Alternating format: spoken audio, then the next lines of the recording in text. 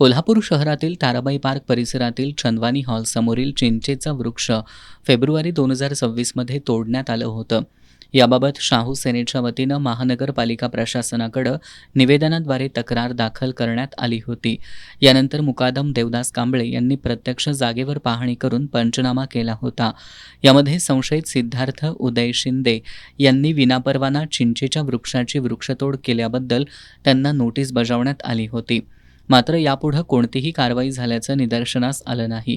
त्यामुळे शाहू सेना आणि संविधान सन्मान युवा प्रतिष्ठान यांच्या पाठपुराव्यानंतर संबंधितावर शासकीय नियमानुसार कायदेशीर कारवाई करण्यात यावी असे लेखी निर्देश तत्कालीन आयुक्त के मंजुलक्ष्मी यांनी दिले होते. आज महानगरपालिकेचे अधिकारी, शाहू सेना आणि संविधान सन्मान युवा प्रतिष्ठानचे पदाधिकारी शाहूपुरी पोलीस ठाण्यात संबंधितावर तक्रार दाखल करण्यास गेले होते. यावेळी गुन्हा दाखल करून घेण्यास पोलिसांनी टाळाटाळ केल्याचा आरोप संघटनेच्या वतीनं करण्यात आलाय. तत्कालीन आयुक्त मॅडम के मंजुलक्ष्मी यांनी गार्डन विभागाला आदेश दिले. त्याचा सर्वे करण्यात आला. गार्डन विभागाकडून सर्वे झाला, त्यांना नोटीस बजावण्यात आली. त्या नोटिसीला त्यांनी म्हणावं तसं उत्तर दिलं नाही, जे की न पचणारं उत्तर होतं. आणि त्याच उत्तराच्या आधारे त्यांना पुन्हा एकदा नोटीस काढण्यात आली आणि आत्ताच्या आयुक्त साहेब भारूड साहेबांनी त्यावर टिप्पणी केली की या ठिकाणी त्यांच्यावर कायदेशीर कडक कारवाई करण्यात यावी. पण महानगरपालिकेकडून अद्यापही त्या ठिकाणी कारवाई होत नाही.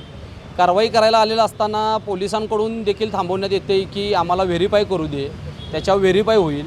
आयुक्त सारख्या साहेबांनी जर का टिप्पणी केलेली आहे, त्यांच्यावर तक्रार दाखल करा, तरी या ठिकाणी तक्रार घेतली जात नाही. मग नेमका न्याय मागायचा कोणाकडं, यासाठी विलंब करतंय कोण? अनेक वेळोवेळी या महानगरपालिकेच्या गलतान कारभाराचा आम्हाला अनुभव आलेला आहे. पण हेच जर एखाद्या झोपडपट्टीतल्या व्यक्तीने झाड तोडलं असतं तर त्याच्यावर तात्काळ कारवाई झाली असती. पण धनदांडग्या रेसिडेन्शियल एरियामधल्या व्यक्तीने झाड तोडले म्हणून त्याच्यावर कारवाई होत नाही का, हा या ठिकाणी आम्हाला पडलेला प्रश्न आहे. यावर पोलिसांच्या वतीनं माहिती घेऊन कायदेशीर बाबी तपासल्यानंतरच गुन्हा दाखल करण्यात येईल असं स्पष्ट करण्यात आलंय.